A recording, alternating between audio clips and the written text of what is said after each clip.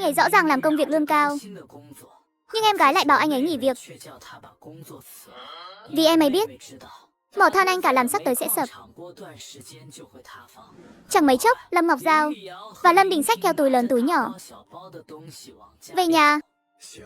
Làm gì đấy? Có chuyện này chị nghĩ phải nói với em. Chị nói nhanh đi, em mệt muốn chết rồi. Chị đã xem giúp em rồi. Đi theo anh phó học trưởng tốt hơn anh Lục Giang Đình. Ý gì vậy? Anh phó học trưởng lớn hơn một chút. Theo anh ấy chắc chắn em sẽ hạnh phúc hơn Lục Giang Đình. Sáng nay anh phó Hoài Nghĩa đi vệ sinh. Lâm Đình cũng đi cùng luôn. Lục Giang Đình đi học sớm. Bạn cùng lớp của anh ấy hầu hết đều lớn hơn anh ấy. Anh phó vốn đã lớn hơn Lục Giang Đình rồi mà. Chị biết chứ? Dĩ nhiên. Chị cũng công nhận anh phó tốt hơn Lục Giang Đình nhiều. Nhưng liên quan gì đến lớn nhỏ đâu. À đúng rồi, chị. Em thấy đồ trong túi mình còn mới lắm. Nhà mình chẳng phải đang thiếu tiền sao? Ngày mai, chị không nghĩ ra sao nổi. Đúng vậy, Soniu thật kỳ diệu.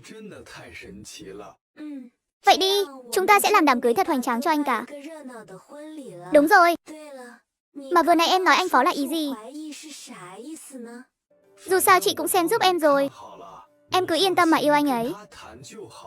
Lâm Ngọc Giao nghe xong hoảng hốt. Vốn dĩ cô đã thấy lời Lâm Bình nói kỳ lạ.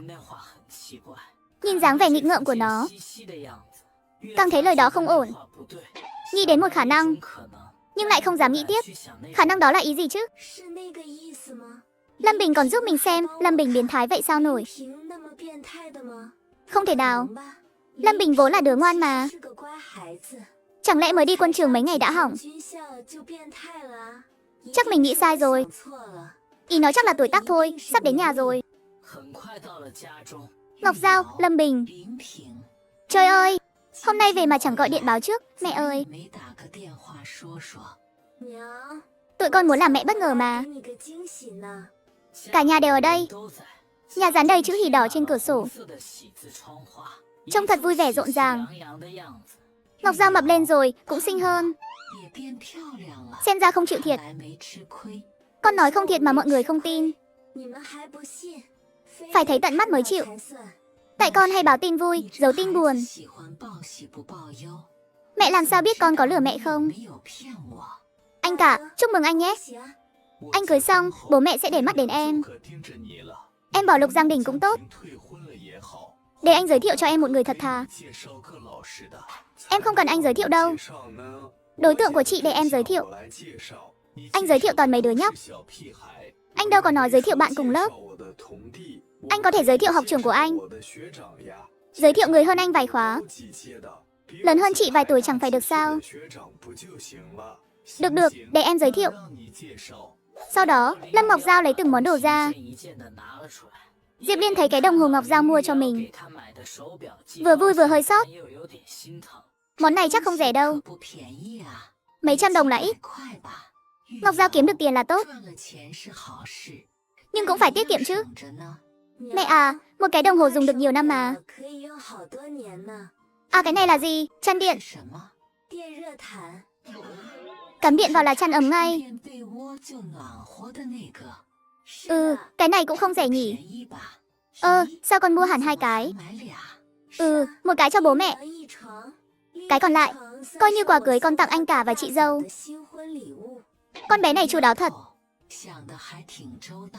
Nhưng chắc cũng không rẻ đâu nhỉ. Không đắt đâu. Mua một tặng một. Chỉ 50 đồng thôi. Ngọc Giao, mẹ biết con kiếm được chút tiền. Nhưng cũng phải tiết kiệm chứ. Con xem mấy thứ con mua này. Chắc hết mấy trăm đồng rồi. Không nhiều đâu. Chăn điện này cũng không phải tiền con. Mẹ mơ, cô ấy lỡ lời. Nói xong thì hối hận ngay. Rồi cả nhà nhìn chằm chằm cô ấy. Ai mua? Một người bạn. Anh ấy tiện mua luôn. Bạn gì mà tiện mua hẳn hai cái chăn điện. Lại còn không lấy tiền con. Lâm Ngọc Giao ấp úng, không nói nên lời. Quá bất ngờ. Cô ấy chưa nghĩ ra cách nói với gia đình. Lâm Bình, bạn mà chị ấy nói là ai? Trai hay gái? Em không biết. Em cũng vừa biết chăn điện này là người ta tặng. Ngọc Giao, con có người yêu rồi à? Thật hay giả vậy? Ngọc Giao, con thật sự có bạn trai rồi sao? Dưới ánh mắt của cả nhà, Lâm Ngọc Giao khẽ gật đầu. Anh ấy nói cái này coi như quà tặng mọi người. Vậy thì đây là quà của con rể tương lai à? Vợ chồng Lâm Đại Vị nghe vậy, vợ lấy chăn điện vừa cất ra xem lại. Hai người vừa nhìn vừa sờ tay vào, gật đầu lia lịa. Chắc là lông cừu rồi. Mẹ thấy cũng tốt đấy. Bạn trai còn mắt thẩm mỹ khá thật. Chàng trai đó quê đâu vậy? Anh ấy mua nhà ở Nam Thành. Công việc cũng ở Nam Thành. Nếu không có gì bất ngờ, chắc sẽ định cư ở đó. Người Nam Thành à? Xa quá nhỉ? Không xa, không xa. Nếu không có gì bất ngờ, sau này con cũng sẽ định cư ở Nam Thành. Mai mốt anh cả chị dâu cũng qua Nam Thành làm việc. Cả nhà mình cùng qua Nam Thành an cư luôn. Thằng nhóc ngốc này nói bậy gì đấy? Vài câu mà đòi cả nhà dọn đi luôn à? Đúng vậy, đất nhà mình ở đây. Dọn đi đâu được? Đi hết rồi ai trồng đất đây? Trời ơi, giờ là thời đại nào rồi? Còn ông cái một mỡ 3 phân đất đó sao nổi? Mấy mảnh đất đó cả năm vất vả, kiếm được bao nhiêu tiền? Không đói chết là may rồi. Giờ người ta bắt đầu theo đuổi lương thực tinh thần. Cái gì mà tinh thần còn có lương thực? Có chứ. Như bỏ tiền đi xem phim, bỏ tiền đi nhảy đi si câu, bỏ tiền mua sách, mua tiểu thuyết. Cái nào chẳng kiếm tiền hơn trồng đất. Cứ ông cái một mẫu 3 phân đất mà cực chết thì đúng là ngốc. Phi, thằng nhóc hỗn láo. Khoai trong bụng còn chưa tiêu hết mà dám chê trồng đất. Giờ con chỉ dựa vào cung cấp lương thực tinh thần để kiếm tiền, nói bố mẹ xem. Trồng lương thực kiếm tiền hay lương thực tinh thần kiếm tiền? Đừng nói bậy bạ. Chuyện sau này để sau hắn tính. Lâm Ngọc Giao biết chuyện này phải từ từ, không thể nóng vội. Chị giúp em mà. Em còn muốn ở bên anh phó học trưởng không? Em dám làm phản hả? Mấy hôm nay mày cắt video, nhà cửa bừa bộn chưa dọn. Sáng nay lúc dọn dẹp, tiện thể đem đồ thừa, còn mới đăng lên Sony bán. Giờ còn có chức năng đăng bán và gửi hàng bằng ai. Bán đồ thừa tiện hơn bao giờ hết. Chị kiếm lại được vài nghìn rồi. Sony đúng là thần kỳ. Ngọc Giao, Lâm Bình thật sự giới thiệu học trưởng cho con à? Để yêu đương hả? Chưa đâu vào đâu cả. Mọi người đừng nghe nó nói bậy. Con bảo tôi nói bậy, đừng tưởng tôi không thấy. Mọi người đều dùng chung một cái chăn điện rồi. Sao tôi lại nói bậy được chứ? Ngọc Giao, con đừng làm bừa nhé. Hai đứa chưa cưới xin gì, sao có thể ở chung được? Mẹ ơi, đừng nghe Lâm Bình nói bậy. Con với người ta chỉ dùng chăn điện cùng kiểu thôi. Người ta mua một tặng một mà. Giống hai cái này đây. Thằng nhóc này làm bậy, hại danh tiếng của chị mày. À đúng rồi, Ngọc Giao, lúc Giang Đình lại đến quấy rầy con à? Mẹ nghe bố mẹ nó bảo hai đứa sang năm cưới. Tức quá, mẹ cãi nhau với họ một trận. Nó có đến quấy rầy con thật. Nhưng sau năm nó đúng là sẽ cưới. Cưới ai cơ? Hà Phương Tình, cái gì? Hà Phương Tình cưới sao nổi? Đang làm thủ tục rồi.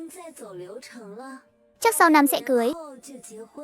Phương Tình là góa phụ mà, chẳng có học vấn gì, lại còn dẫn theo một đứa con.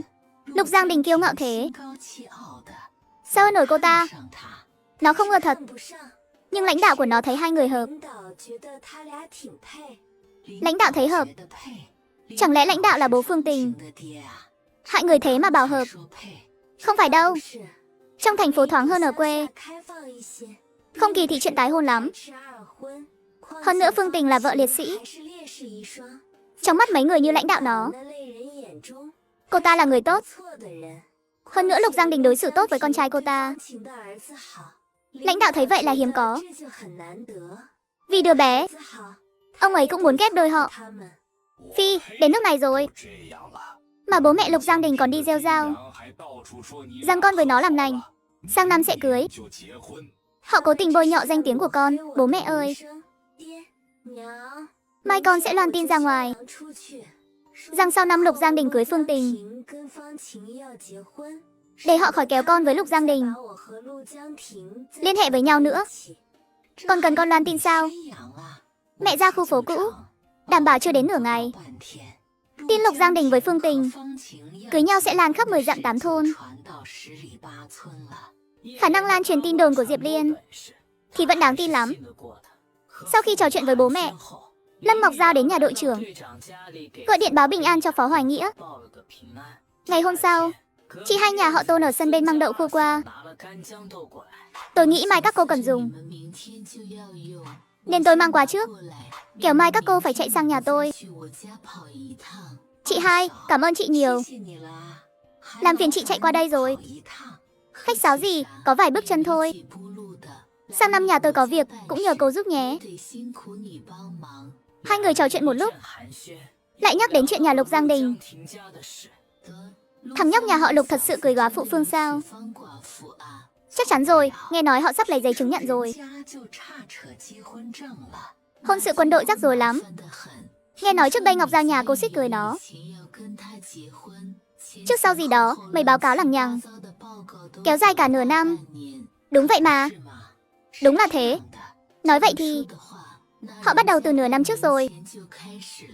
Trời ơi, thế thì Ngọc Giao suýt thành con rùa xanh rồi còn gì.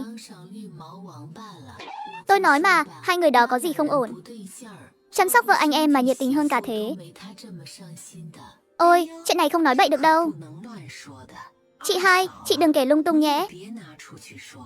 Lỡ truyền đến tai bố mẹ Lục Giang Đình, họ lại đến làm phiền tôi nữa. Yên tâm, tôi không đi nói lung tung đâu. Dù có phiền cũng là tôi nói ra, không liên quan gì đến cô. Chị ấy nói không nói lung tung, tức là không la to giữa đám đông, mà chỉ thì thầm truyền tai nhau, rồi nhỏ nhẹ từ người này sang người kia. Chẳng mấy chốc tin này đến tai bố mẹ Lục Giang Đình. Bà già, góa phụ Phương đó không được đâu. Chúng ta phải khuyên thằng con cưới Ngọc Giao về. Tôi cũng nghĩ vậy. Sao năm anh lên Nam Thành một chuyến đi? Tôi yếu quá rồi, sợ không làm nổi, hay si? Thế thì làm sao? Tôi cũng không khỏe đâu. Mắt tôi sắp nhìn không rõ nữa. Đợi qua năm anh cả anh hai về, bàn với chúng nó xem anh cả đi hay anh hai đi. Tốt nhất là cả hai cùng đi. Dù sao cũng phải thuyết phục Giang Đình. Góa phụ Phương thì được cái gì? Thì cứ vậy đi. Ngày hôm sau, Lục Tòng và Vương Thúy Lan ngồi phơi nắng ngoài sân. Lục lão căn, hôm nay nhà họ Lâm mở tiệc, bay cả chục bàn. Sao hai người không đi?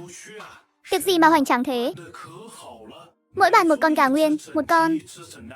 Còn một con cá nguyên nữa. Tôi lần đầu thấy tiệc cưới nào hào phóng vậy.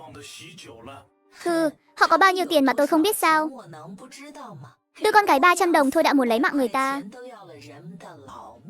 Nhà họ chẳng có mỏ vàng, bán mạng mới kiếm được chút tiền. So với Giang Đình nhà tôi sao nổi. Không nói vậy được. Gà vịt cá nhà họ là tự nuôi cả đấy. Để cưới vợ, họ chuẩn bị từ cả năm trước. Tôi nói cho mà biết, tháng 3 bảo muốn cưới Ngọc Giao qua cửa. Thời gian cưới xin đó chẳng phải định sẵn từ 2 năm trước sao? Cũng chẳng thấy nhà anh chị nuôi sẵn gà vịt. Nhà bên đó đưa 300 đồng xính lễ. Giang Đình nhà anh chị còn lừa lấy. Người ta đẹp thế mà cưới hụt. Anh nói kiểu gì vậy? Gì mà lừa? Đó là lừa, tôi còn nói là lừa đấy. Anh tưởng tôi không biết sao? Tôi nghe hết rồi. Giang Đình nhà anh chị bảo bố của Chiến Hữu bị bệnh nặng, cần tiền cứu mạng gấp. Ngọc Giao thấy cứu người nên mới đưa tiền. Kết quả thì sao? Là để mở tiệm cắt tóc cho góa phụ Phương. Chưa cưới hỏi gì, đã lừa tiền người ta nuôi góa phụ Phương. Không phải lừa thì là gì? Anh dám nói nếu nó nói thật rằng tiền là cho góa phụ Phương. xem Ngọc Giao có đồng ý đưa không.